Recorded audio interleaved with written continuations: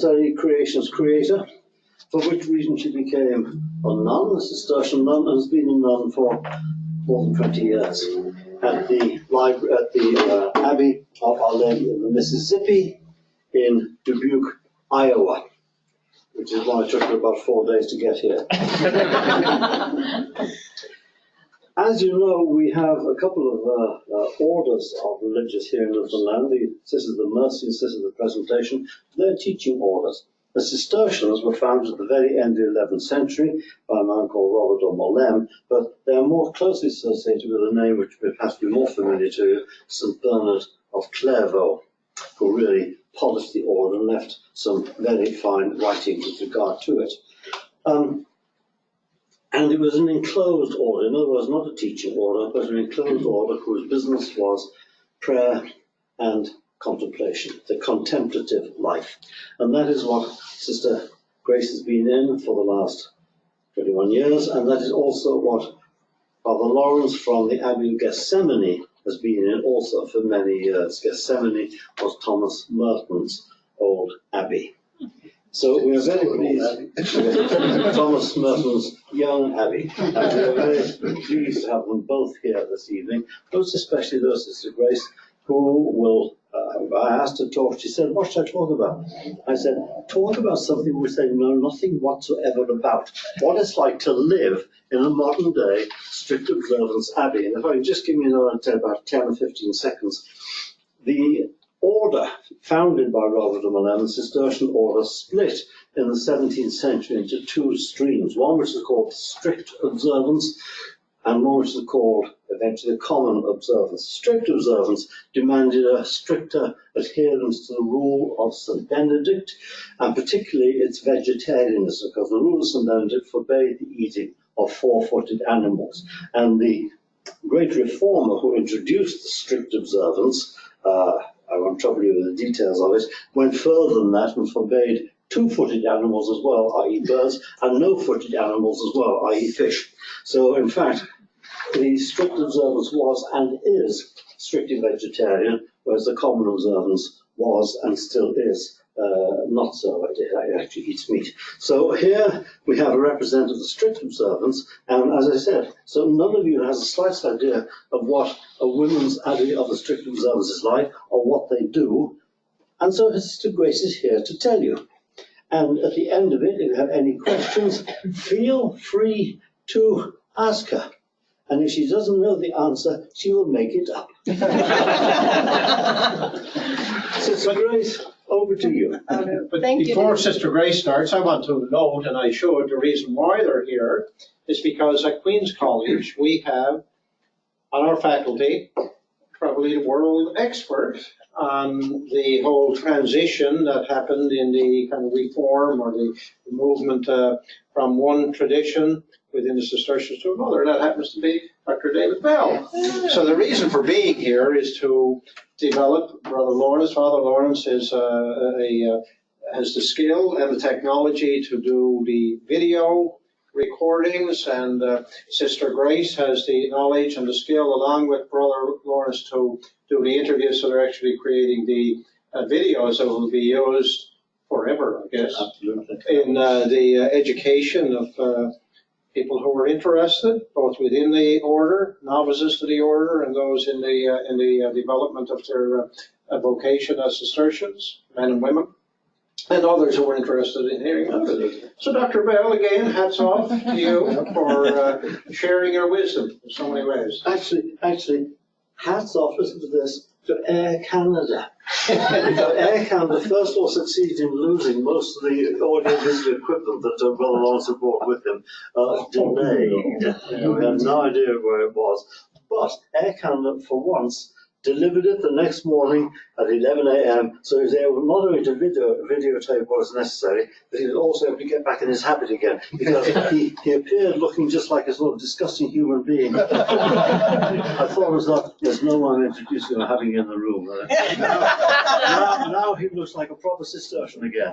And it's living proof of the existence of God. I have to say that yesterday when I headed off to the airport, not knowing if the equipment was there, it was possible that they would devour two-legged creatures. Anyway, Sister Grace, great to have you. Welcome. Thank you, Rick, and thank you, David, and thank you all for showing your interest by coming out. It's been wonderful being in Newfoundland. I hope you're aware that you're well known in the States and I think in the world for your hospitality, especially as we remember 9/11 today. And it's something that you're known for, and it's something that I've experienced coming here, and it's something that the rest of the world, and America in particular, could take a good lesson from. So thank you very much. This is actually the first time I've done something like this. I don't know, so you're a little bit experimental. So I'm going to start with some words that are not my own, but in the spirit of ecumenism, come from an Episcopalian poet, Mary Oliver. And the poem is, Can You Imagine? Can you imagine? For example, what the trees do, not only in lightning storms or the watery dark of a summer's night, or under the white nets of winter, but now and now and now, whenever we're not looking. Surely you can't imagine they don't dance from the root up, wishing to travel a little, not cramped so much as wanting a better view or more sun, or just as avidly more shade. Surely you can't imagine they just stand there, loving every minute of it, the birds or the emptiness, the dark rings of the years slowly and without a sound thickening, and nothing different unless the wind, and then only in its own mood, comes to visit. Surely you can't imagine patience and happiness like that. This poem came to my mind when I was asked to give you a talk about what life was like in a monastery, because it's hard to explain. What do I say? I get up, I pray a little, I eat a little, I pray a little, I work a little, I sleep a little. It's hard to describe the monastic day without making it sound as tedious as a tree growing in the woods. How to explain what happens in those silent spaces in between, the wind coming to visit in its own mood, as Mary Oliver says. When friends come to the monastery to visit me, they still ask me, what are your plans for the summer? And I realized that it was a meaningful question at one point. But my plans for the summer now are the same as my plans for winter. To get up, to pray a little, to eat a little, to work a little, to pray a little.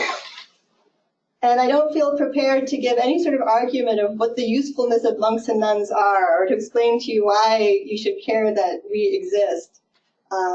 Sometimes the monastic life seems to me like the alabaster jar in the gospel, and I can only hope at the end of my life that Jesus will say the same words for me that he said for that good woman, let her be, she has done what she could.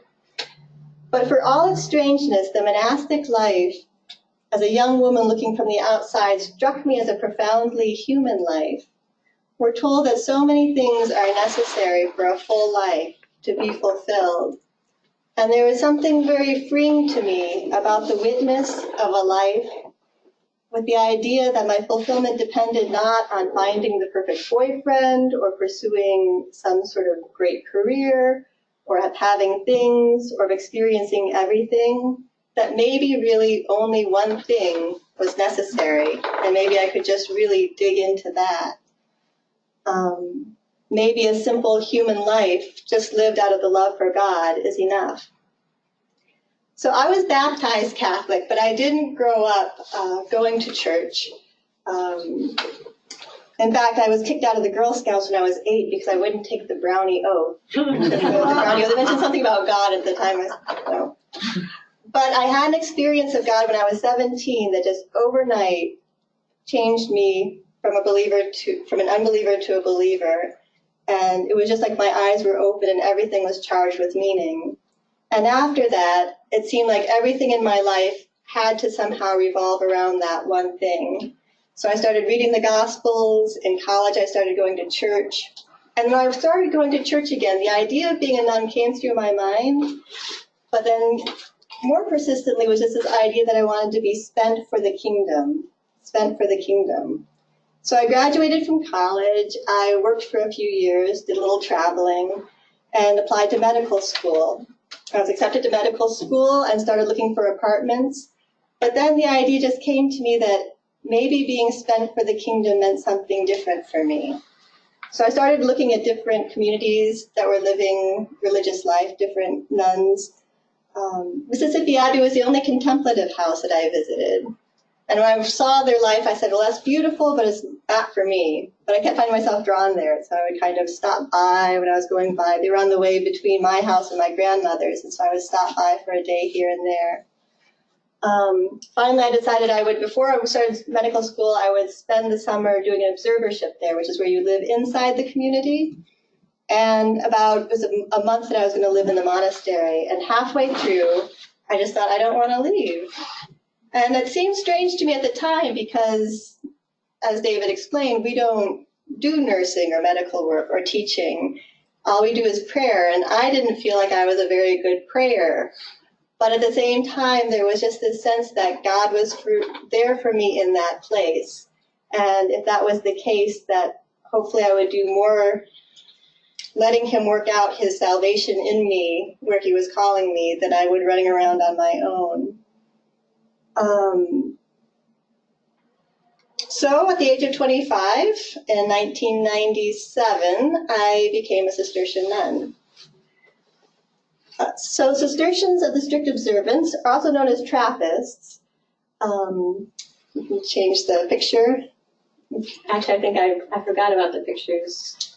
So we're a couple in there. So Cistercians of the strict observance are a cloistered contemplative order in the Benedictine family or tradition.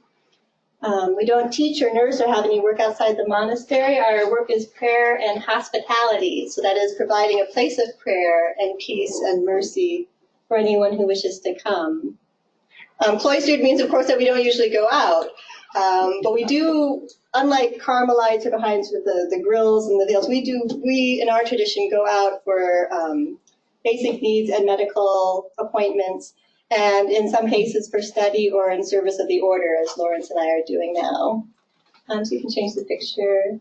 That's our abbess. So we live under an abbess. And if you have more questions about that, you can ask. I'll just say at this point, the rule of St. Benedict says that the abbess should hold, or the abbot or abbess should hold the place of Christ in the monastery, which does not mean she's supposed to have a messianic complex or that we're supposed to crucify her, but that for me, the abbess is to the point of unity in the community. I think without an abbess, in some ways, it could just become a religious sorority, just a bunch of people with a common idea living together.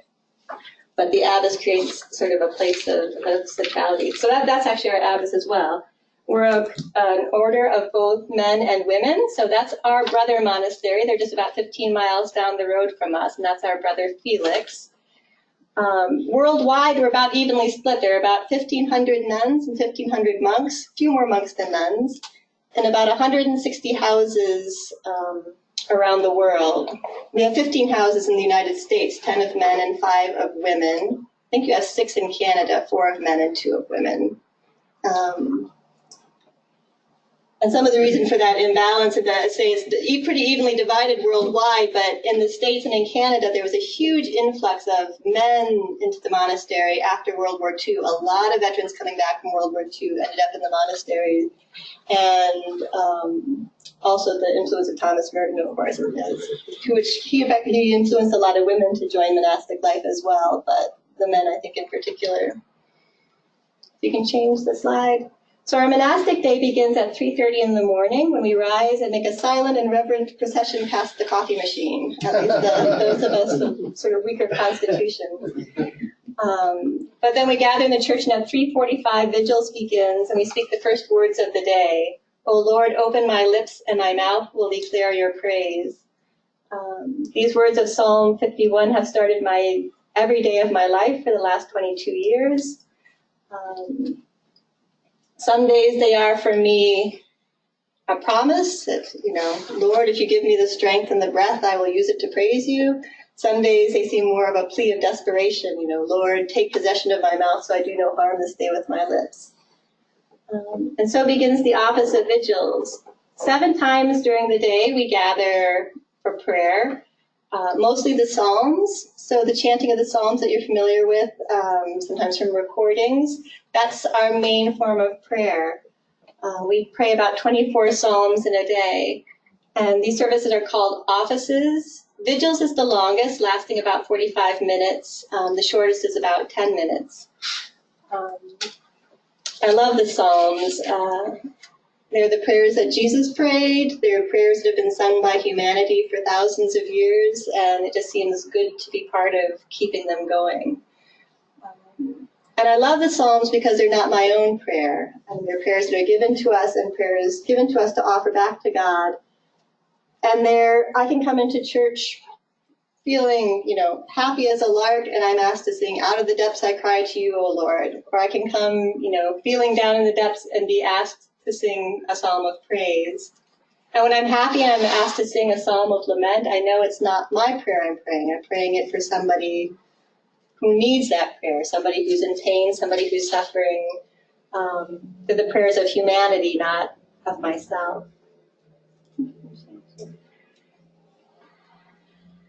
And so we pray the Psalms traditionally choir to choir, so with each side doing 2 verses and the next side doing 2 verses. So it becomes almost kind of like this dance, or almost sort of this great game of kind of tossing this ball back and forth of the psalm and alternating between listening and singing.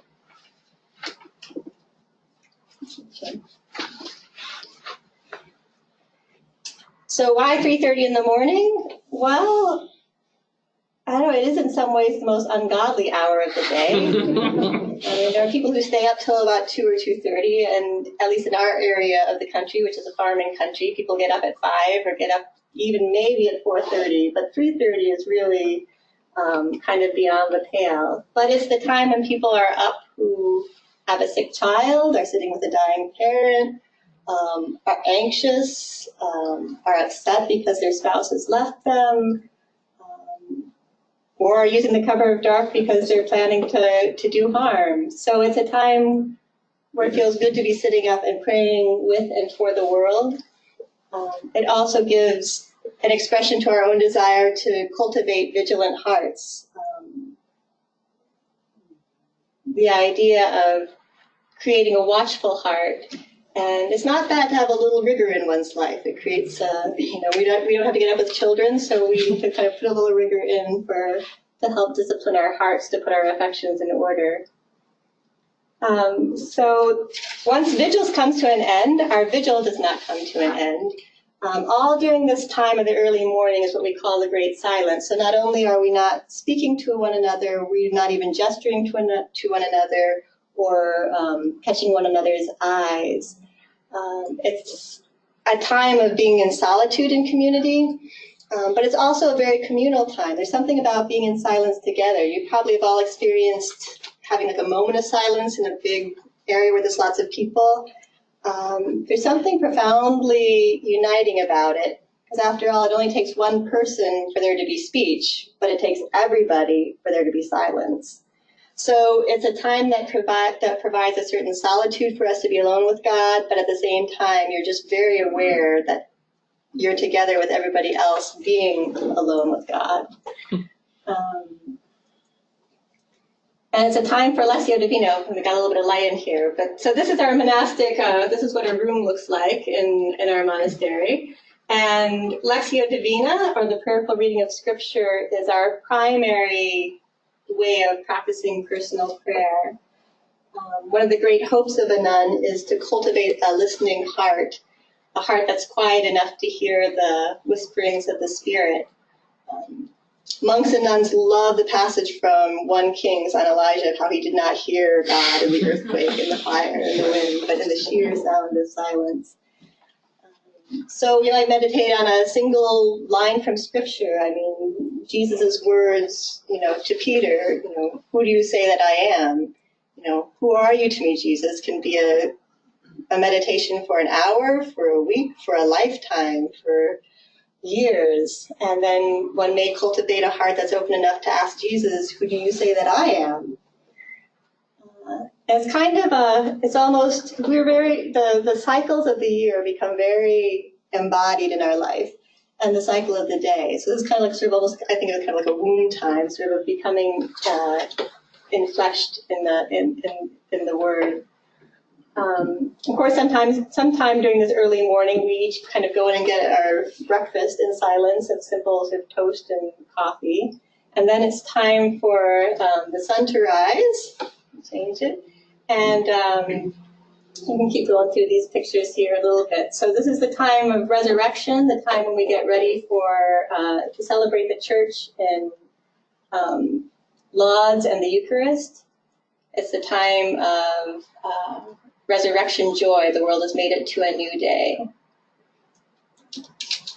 So then after Mass, we process to the chapter room, so where we hear a reading from the Rule of St. Benedict, and which is our guide to monastic life, and maybe get a teaching from the abbess, perhaps have a community discussion. And we can change it again, I think. So this is our community. So an early Cistercian, Aelred of Rivaux, likened the monastic community to the vision in the prophet Isaiah of lambs and leopards and wolves and goats and all living together. And it's not necessarily a bad description. We're a group that's brought together not because we have a lot in common or because we would naturally pick one another as friends, but because we've been chosen for each other by God to live in this community together. So we are lions and lambs, we are Democrats and Republicans living together, which is about as apocalyptic a vision as you can get. And somehow by the grace of God it all works, which is one of the greatest signs of God's grace, I think, in our life. So we're just, as you say, about 18 right now, I think 18 or 19 in community. It's pretty typical of our monasteries to be fairly small. We could be as big as 30, but no bigger than that. We actually were getting close to that when I entered. And so we started a monastery in Norway. So our early Cistercian founders called the monastery a school of love. We learn to love each other, and when we grow tired of each other, to love each other even more. We learn to appreciate each other's gifts, and we learn how to forgive. In the monastery, I always say we love each other deeply, but we hold each other lightly. And we sort of know we kind of learn how to let our sharp edges get rounded off by sort of living together in community. And a monastery, it really should be a place where one breathes mercy. I'm always struck that in our Cistercian tradition, at each stage of our monastic journey, whether when we receive the habit or when we make vows, there's a number of steps, and each time the same question is asked. The abbess will ask the person, what do you seek? And the answer is not the meaning of life. It is not to impress my sisters by my sterling virtue. It's not to get my act together. The only answer we ever give is the mercy of God and of the order. St. Bernard of Clairvaux said that mercy is the oil we need to penetrate the stiff hide of our heart so that it can be stretched. And I think that's a really good image. That our hearts need to become supple enough that they can be stretched so that God can walk far and wide within them. The expanded heart, as I see it, is a heart that only really cares that love exists. It doesn't matter whether I'm the object or not. As St. John of the Cross says, where there is no love, put love and you will find love. And when one only cares that love exists, one is very free to simply keep putting love into the world. Sometimes the act of stretching our affections, though, I think comes more, don't you think, in letting ourselves be loved for who we are rather than who we want to be. And you learn that very much in community. You really, our sisters, we know each other. So you're not loved for, whatever kind of pretense or sort of performance you want to put on. The love that comes is love for who we are and all its foibles. And to let others love us as they're able to love. One of my favorite stories is, you probably all know the practice in Lent of taking out a special practice or something hard to do that you don't normally do or giving something up. So there was one February where all of a sudden I noticed a sister who I knew had a hard time with me was all of a sudden being really friendly and really kind and really sweet to me. And all of a sudden it dawned on me, it's Lent. I'm for Lenten practice. And it was so hard for me not to let on that I knew. Somehow take my dignity back and like, yeah, I know what this is about. But also it was like, she is doing a good thing. That is what it is about. And it's better for to let her love as she can love. So after the morning meeting, we go to work. Trappists are known for being workers. Part of the reform in 1098, when the first Cistercians moved to Citeaux, was a lot of the monasteries had become quite large. The generosity of patrons owned a lot of land and had become basically like feudal lords. So they felt that they wanted to do the work themselves. They wanted to be, as they said, poor with the poor Christ. That they should do their own work. Then they started realizing that it's kind of hard to do a full load of work and take care of a monastery while singing the full office. So they started having sort of lay brothers who did a lot of the work and the choir monks. But from that tradition, we don't have that division today. We all do work, we all do choir, and in the past, most of our monasteries did agricultural work. Nowadays, a lot of us do crafts of some sort. So we make candy. The main thing is that it be a work that can be done in silence, that will support ourselves. So like with the candy work, we all know the job so well, we can do it without speaking for the most part. So you can keep going. So these are all cooking the candy, cooling the candy, everything. So that's just a little bit of the crew. Yeah, that's our one. Oh, Chris, that one before was our one Canadian. She's our one Canadian. She's from Kitchener, Ontario. So all the monasteries that are in Canada, the Trappist monasteries are French speaking. So we have a few English speaking Canadians who have come down to the States. And then not only candy work, but all the other work of the monastery too is considered part of the work. We don't distinguish between work that earns money and the work that's done for the running of the abbey. So we have gardening. Potato digging always happens during allergy season. And sewing and cooking. Okay, that's not a sister. That's just that's the one. That's the novices call that Grace 2.0. That's my scarecrow that takes care of the chickens. And bookkeeping and that kind of work. And so silence, I say silence during the rest of the day, it's not like the great silence. You can stop for a minute, Lawrence. But silence is our default. We don't fill spaces with silence. We don't make small talk. We sort of allow silence just to be. And silence is the language of intimacy. Mother Teresa said it was the language of God. And there is something about silence that opens out onto eternity. It's the language of adoration. But it's also the language, it's a place of humility. I learned that I don't have to say every wonderful thing that passes through my brain. And it also creates sort of a desert space. It's like the deserts of the Bible. It's a place of encounter, but it's also a place of temptation. A place where we're going to encounter ourselves. And the most quiet person in the room can have the busiest mind in terms of speaking to themselves. And the most talkative person can have the most silent heart. In fact, in Trappist tradition, so that we can keep silence in a lot of the places of our monastery, we have a sort of rudimentary sign language. The elders are much more proficient at it than us younger ones, but there is still a bit of signing that goes on. And the sign for the devil is that racing thoughts. Cashin, the 4th century monastic author, describes the monk that wants to go out into solitude to be that by themselves. They don't have to talk to anybody. They'll be at peace. They're always getting angry, but if they were just alone, they would not have this problem. So the monk goes out into the woods, and a week later, the pen runs out of ink and they break it, or their water jar tips over and he smashes it, and realizes, aha, the anger is not coming from without. So mid-morning we stop for more psalms. This is us praying Tears at the Candy House, or we can go. You can go ahead, Lois. And so, or we pray wherever we're at. So that's down by the garden.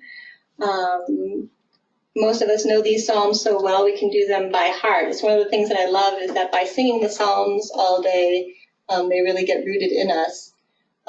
Between college and when I was discerning and going to medical school, I worked in nursing homes.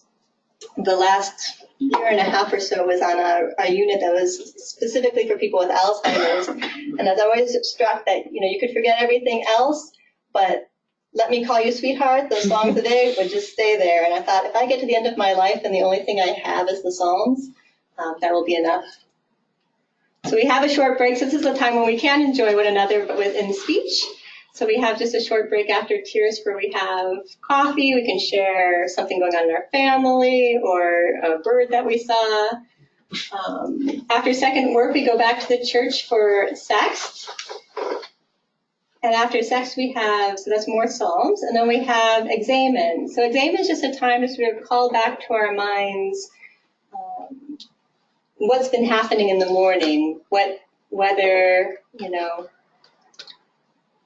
to remember what has happened, to remember what I want to be thankful for, what I need to ask for forgiveness for. It's just a way of not letting the day go by without pausing and holding it up to God's light. And this is our refectory, so this is where we have our meals. So our meals are mostly, we don't talk during our meals, so I'm the main cook, so if I have oversalted the soup or have burned something, I can't say, I'm sorry, I know this is really bad, it is what it is. And, but we do have reading, so somebody will read from a book, oftentimes a spiritual text, sometimes articles by David, sometimes right now we're having a book on, of American history, which is actually quite good. Oh, there's the chickens. I think I threw them in talking about food. So after we have a sort of time of siesta, a good inheritance from our European tradition. But I'm not a napper, so I usually go out for a walk. We have a beautiful property. Trappists have always, I say from our agricultural background, have tended to always have places of beauty out in the country away from the sides. And one thing about, we take a vow of stability, which means we commit to the people that we live with and we commit to the place. Unlike a lot of other orders where people might move around from house to house, where we enter is where we stay usually, unless we make a new monastery or for some other reason. So we really get to know the land. So I know where the crayfish live. I know when the wild orchids are going to bloom. Our landscape is not as dramatic as yours, but it is very beautiful in its own way. And perhaps we put too much store by drama. I always think if clouds only appeared in one place on the earth, people would spend thousands of dollars to go see them. It would be the big thing to go see the clouds. And the only reason we don't value them so much is because they are common. And why should that be so? A black and yellow garden spider is as amazing as a zebra. We underappreciate the familiar. We do have bluebirds, which are quite amazing. So, and then gratitude, I think, is a big part of, you're not going to be happy in the monastic life. I don't think you're going to be happy in any kind of life without really cultivating a spirit of gratitude. And it is, I think, part of the priestly vocation of the human person to stand on the ground and to lift one's eyes to heaven, as Bernard of Clairvaux would say. I think that is why, in some ways, the monastic life made so much sense to me, that it was being living a life of praise. That I see it somehow as sort of fundamentally the human vocation, the human gift. Stand with your feet on the ground and to lift one's eyes to heaven and praise.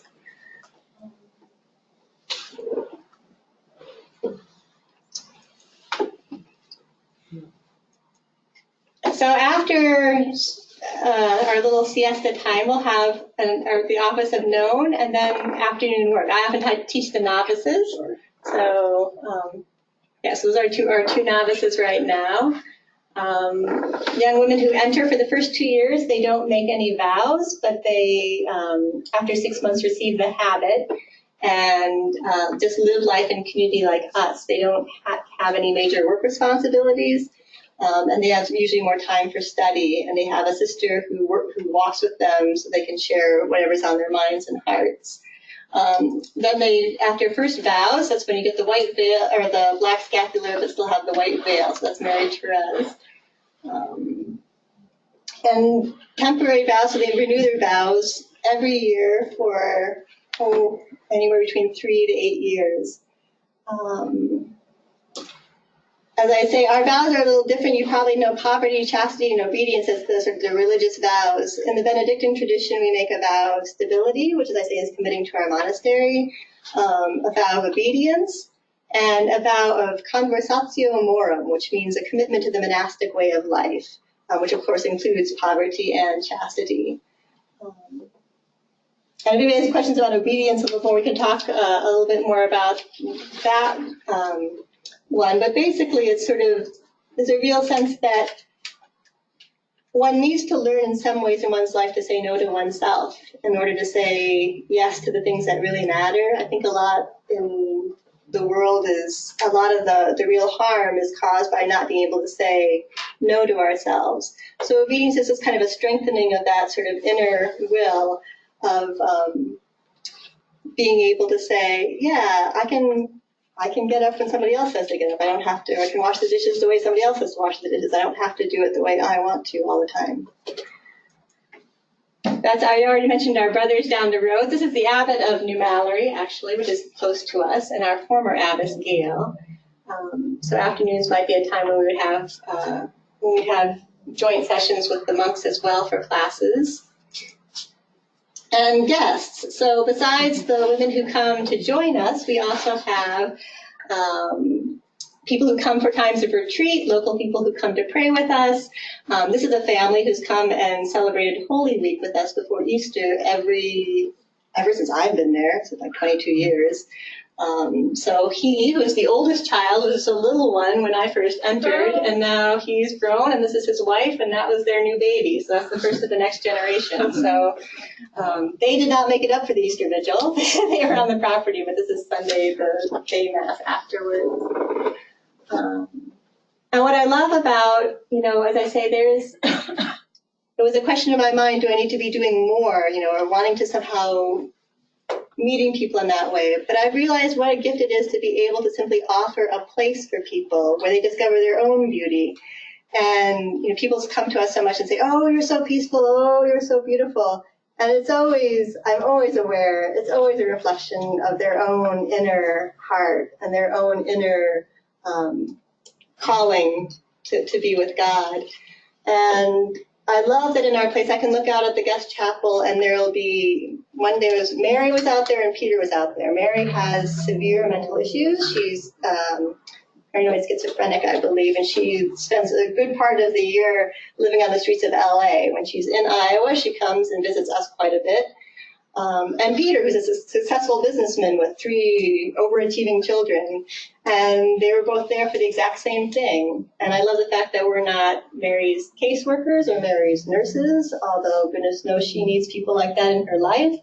But we are simply there for her the same way we're there for Peter, simply because she is a human being who is seeking God, and we are there, for her in that.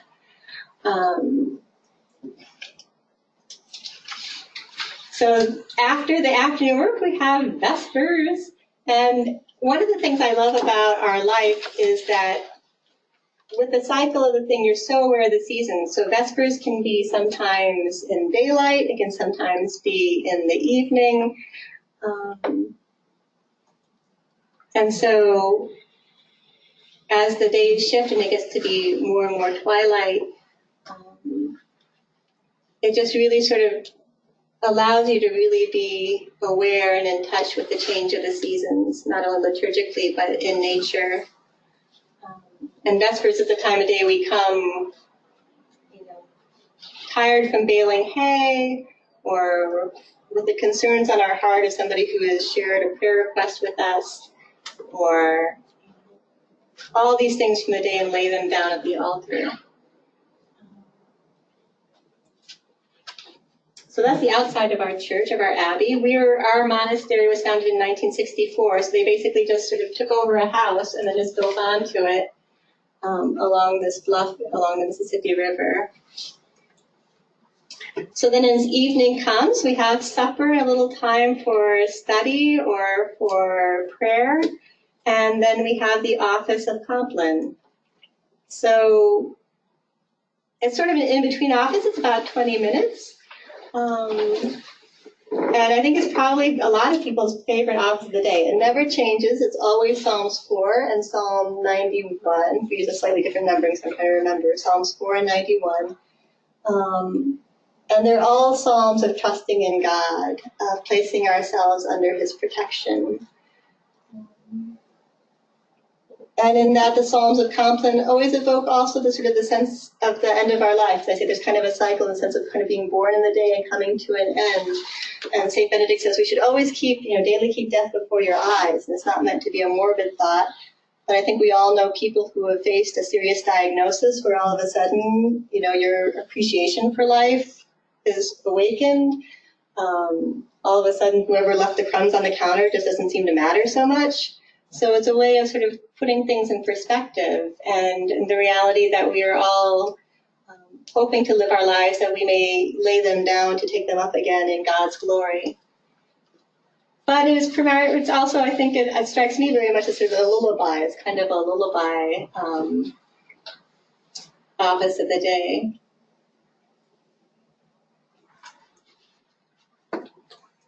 And so at the very end, we end our office the same way we've ended our day for 900 years in the Cistercian tradition with the singing of the Salve Regina.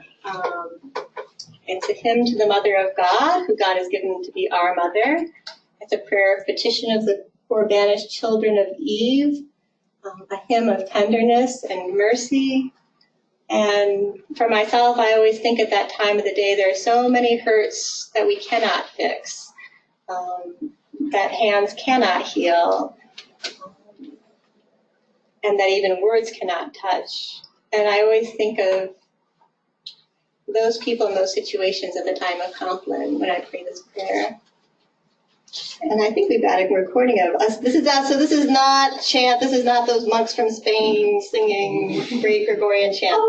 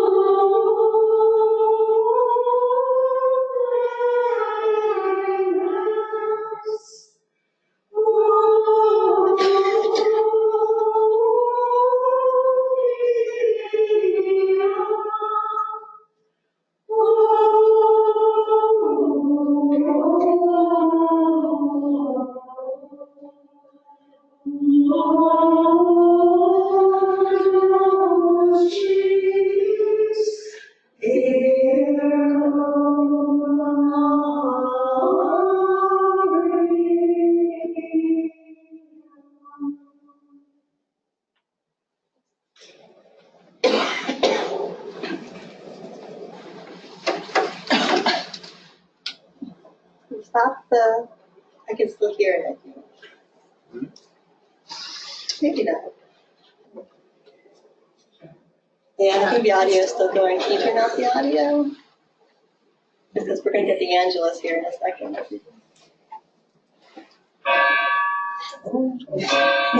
Sorry about that. Okay.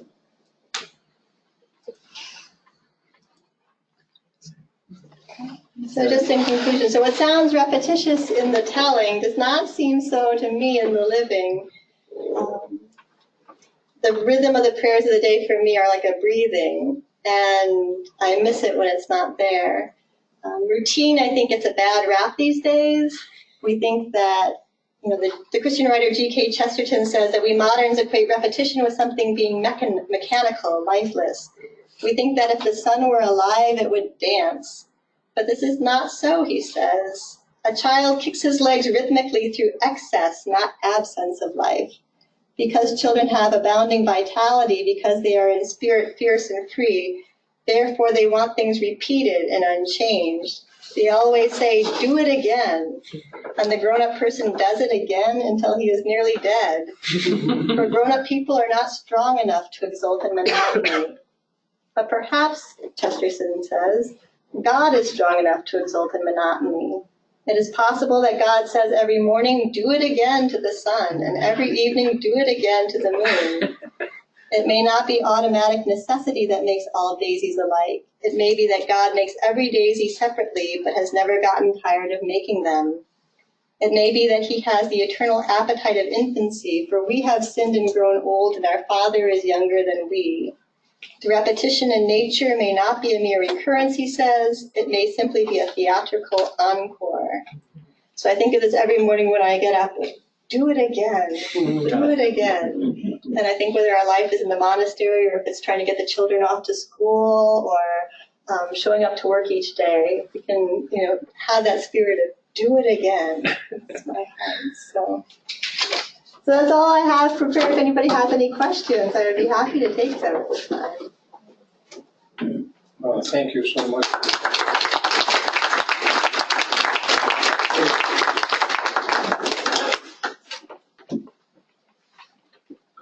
Questions or comments or things to share? I'm chaplain at a number of different nursing homes, and I find that a number of the residents find silence uncomfortable. They say it's lonely. So how do you integrate silence with the loneliness in response to the residents?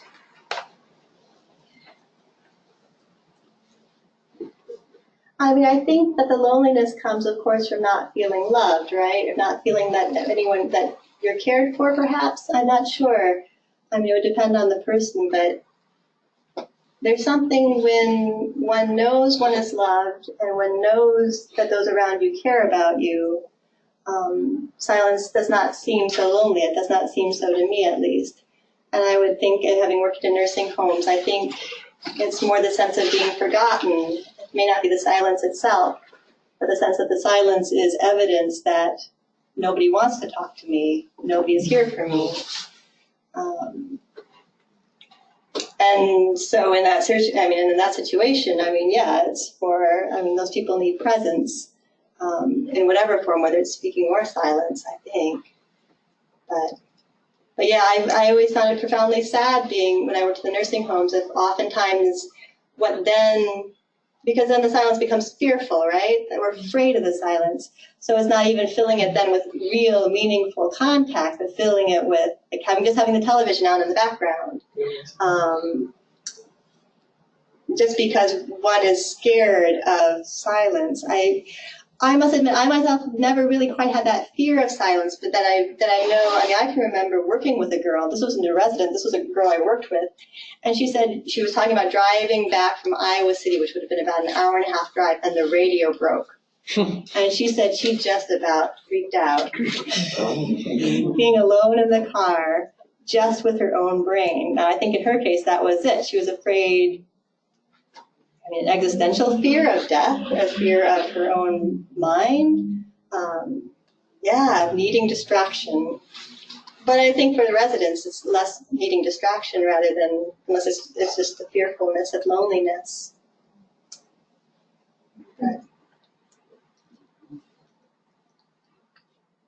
But I think, I mean, I worked with some elderly people who were in some ways the most profoundly contemplative and mystical. I don't know how you give that to somebody. But of sitting there, where it was almost in some ways when I came in, I was the distraction because they were there, you know, alone with the alone. And these were people who had come to a point in their life where that was just very deep for them. Do you find that the new members, that they're busier in terms of? Just get to raise your question a little. Yeah, did you find the new people busier in terms of management and talking and less contemplative and more frenetic, I guess, and so on? In general, I would say no, actually. And it surprises me some. I mean, because when people come in, especially in a novitiate, you have no access to internet. We do have computers attached to the internet for in areas of work, not in our personal spaces, but in work areas in a common area. But then for the first 2 to 3 years, you don't even use them for work. If absolute necessary, you know, somebody will get you on to do a project. And I thought that would be incredibly hard for young people coming to date. The girls that, for the most part, the women that we have that come and enter find it incredibly freeing. It's like, let go. Yeah, I never hear complaints about that. Every once in a while, they want to know something like, yeah, what's going on, you know, because everybody else will be aware of something that's happening that they don't know about. But to actually, be engaged with that, for the most part, I think it seems more threatening beforehand, and like once it's set down, they're like, yeah, it seems to be a relief. And I don't find them more, and it may be the people who feel drawn to try our life, but I don't find them busier or more frenetic.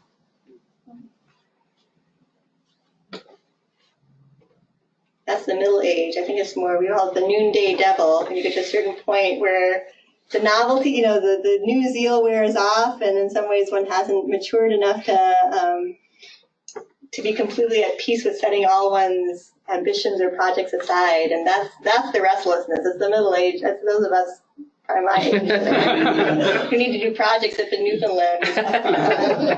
Probably the ones you got to worry about.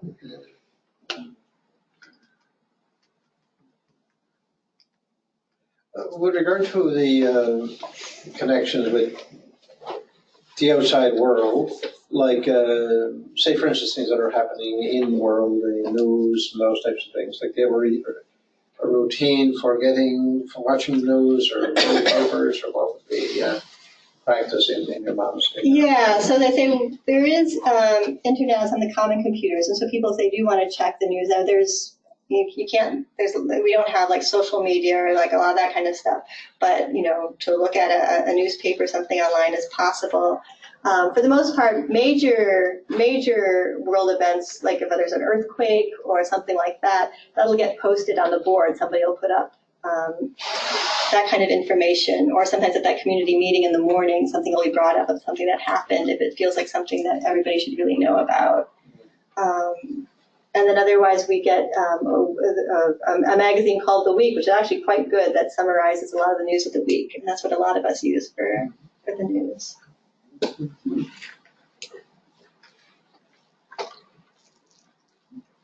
So do you have Eucharist each day? You have a chaplain that lives in, or? No, we did for a long time. Yeah, since we have a monastery just 15 miles away, we're fortunate that we can have a monk either come over, and there's some diocesan priests that cover some of the days of the week. So as the community of New Mallory gets older, they have a harder time oftentimes sending people. And Mark, I know the abbot has, you know, at times grumbled at it. And I have told him quite plainly, until I see his editorial in the diocesan paper arguing for women's ordination, I will not feel too sorry for him. So they continue to send us, priests.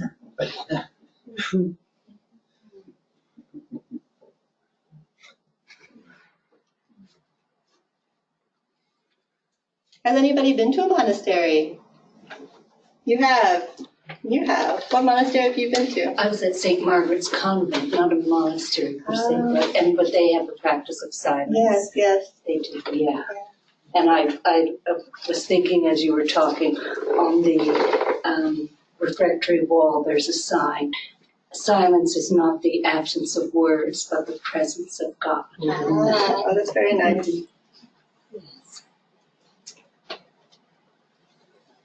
Yes. What's the situation with locations? Are you concerned, or are there, is there a good flow of people coming into the order? Yeah, I mean, in terms of the order, it varies from monastery to monastery and place to place. We always have some young people in formation, it seems, but I think the percentage that stay gets fewer. I think, for whatever reason. And many of those people, it seems like they are called to be with us for a time and not called to make a permanent commitment.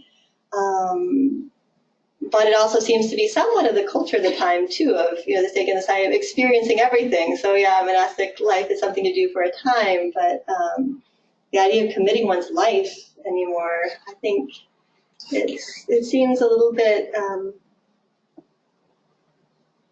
it just seems like it's less common, but we still have young people coming in, thank goodness. The men's monasteries have a hard time simply because, as I say, there was this huge influx in the 40s and 50s, and so they founded so many monasteries that got so huge. So there's 10 monasteries in the United States.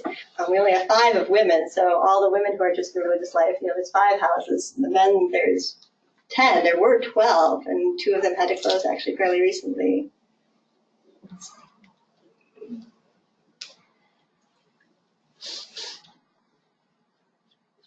How often do visitors come? Is it on a daily, monthly, weekly basis?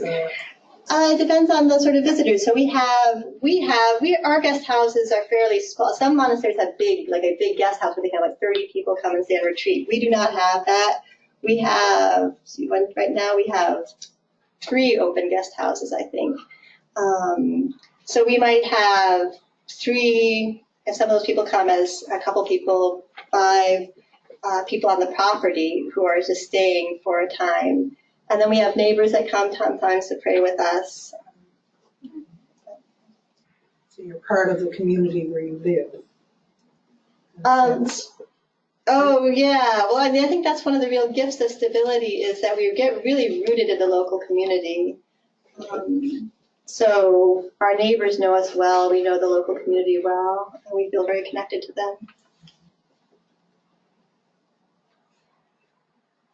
Just one more question. How in the parishes, I'm sure in a lot of families here, we have a lot of Marthas, whether it's men or women, who cannot sit still. Like Jesus, Martha, Mary has chosen better part. So, from your contemplative life and so forth, certain monastery and so on, what advice would you have for Marthas of this world, or how could I know someone personally who just cannot sit still? It's just movement all day in existence. And so when there's time for quiet or God, I don't know where it comes from, but for the Marthas of this world, at least have something, little few words that one could say to another that maybe they haven't thought of before. Like, for example, you use the sentence there, what's that thing, St. Benedict said, always keep death before you. That's mine. So that was a very good line because I think Heidegger says that the moment that you realize that you're going to die is the moment you begin to live. And so we have many Marthas in our parishes, and maybe we in the diocesan in the diocese here in Newfoundland, we have no one studying the priesthood, for example, right now, because I think there's so many Marthas out there, whether it's men or women, and religious orders are suffering as well. So what would you have to say to these people to calm their hearts and souls and minds and beings to, the quality hours that you spend in silence? Yeah. I don't know. At some point, I feel the reason I became not the reason I became a Trappist nun, but one of the things that I was so relieved at when I received my calling to be a Trappist nun was the idea that I don't have to tell other people how to. And it's sort of this idea that I mean, goodness knows we need Marthas. I mean, we can't all be Marys. But at the same time, I mean, I understand the question of, wanting to, how can one help somebody who, can't slow down to feel that it's okay to slow down. But I don't know, I always think that the monastic life, I mean, in some ways we are reflecting, it is an expression of something that's fundamental to all humanity. And at the same time, it's a particular expression, within the body of Christ. We need hands, we need hearts, we need stomachs, we need pancreases, we need, everything in the body of Christ. And it will look different in different people's lives. But yeah, I'd have to think about that. I'm sure, yeah. I mean, it would depend on the, does she need to slow down? We'll be looking forward to your next pamphlet. No pressure. I think that on that note, we can draw the proceedings to a close. I'll leave it to the provost just to say a few concluding words. Thank you, Sister.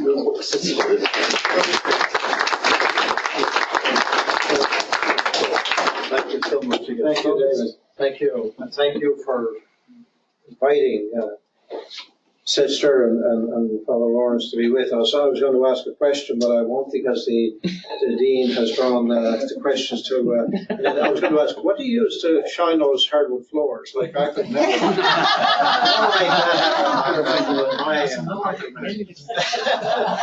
But tell David that he will come and do it. I'll ask our accelerator, yeah, Louise would know.